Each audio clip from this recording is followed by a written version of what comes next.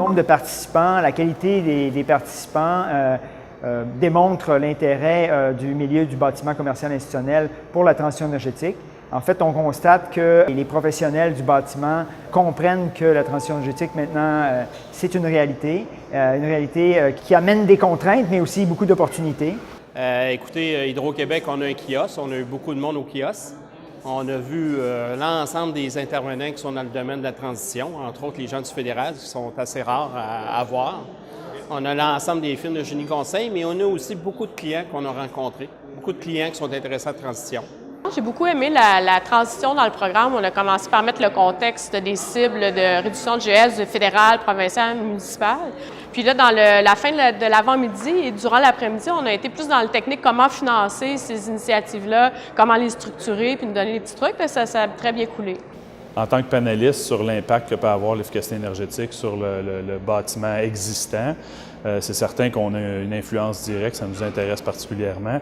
30 de l'énergie consommée en Amérique du Nord est consommée par les bâtiments. Le bâti existant en représente une grande partie, fait que le potentiel est là. Puis, par le biais de nos actions, on peut innover, on peut essayer d'aller plus loin, on peut réduire l'empreinte énergétique des bâtiments. On fait ça depuis 63 ans maintenant, on est capable d'aller encore plus loin, on est certain, pour améliorer le bâti québécois. Moi, ce que je préconise, évidemment, c'est le fait d'avoir un continuum complet de la chaîne de responsabilité, de la conception jusqu'à la livraison des projets et le suivi post-implantation. Puis je pense que c'est vraiment ça qui est au cœur de la mission d'une entreprise comme Énergère. Puis on a eu l'occasion d'en parler, d'exposer un peu nos approches.